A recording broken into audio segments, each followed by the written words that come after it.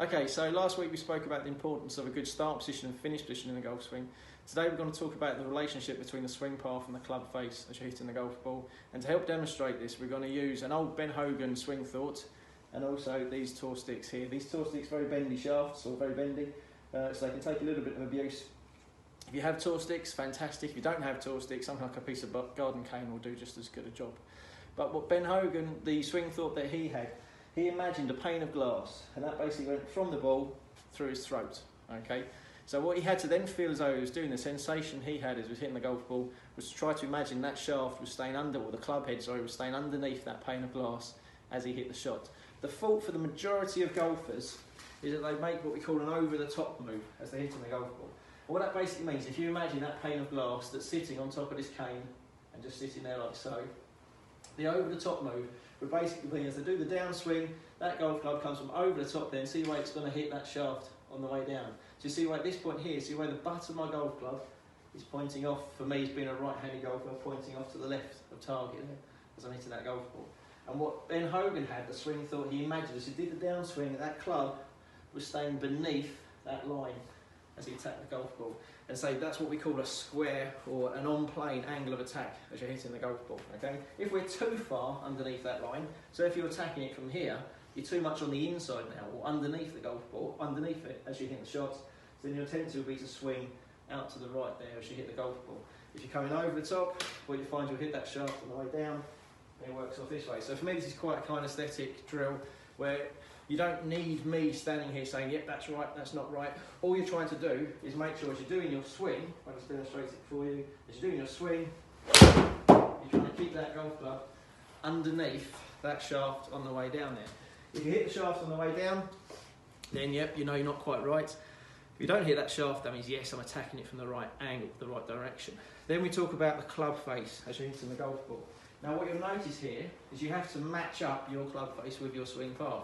So for most golfers, the fault tends to be a bit of a fade, a bit of a slice as they're hitting the golf ball. But that actually shows me that their hands are working really well as they're doing the swing, because they're matching that club face with the swing path. So if you imagine, if your club was coming over the top as you're hitting the golf ball and swinging off to the left as we're hitting that shot there, what you'd have to do as you're hitting the shot, you'd have to open the club face to stop it going off to the left there, which would end up in that bit of a slicey shot. So if you imagine here, to do that swing, chop across the golf ball, I end up, see that shape of that golf ball there, hitting that slice back towards the target. So as I've finished hitting the shot there, my ball's actually finished pretty much on target. That's 0.4 of a yard offline there. But I've hit a big slice, I've lost 30 yards in distance. So as you're hitting this one, if you can try to imagine that your club face, as you're hitting the golf ball, has to match your swing path. And so we'll talk about the club face next week a bit more. But today, the most important thing here is to make sure you keep that club underneath that line as you're hitting the shots. If you can keep that shaft underneath that line, you'll end up, well, that one there, what have I done? I've hit it a little bit off to the right there, but the important thing was I hit it straight. So I've actually attacked it from a little bit too much from the inside as I've hit that golf ball there, but I haven't hit that big slice as I'm hitting it. If you can do the swing, and if you can make sure as you're attacking the golf ball, as you're approaching the golf ball with the club head, your club can stay underneath that line, then you're attacking it from a good direction, and I'm happy with that position there. And then it's a case of then we move on and say, right, let's now start to control that club face, which is what we move on to next week. So try that this week there. So set the shaft up. So basically you've got two clubs, or just two shafts. One points you in the direction you want to go, so you can make sure your feet are lined up parallel to it.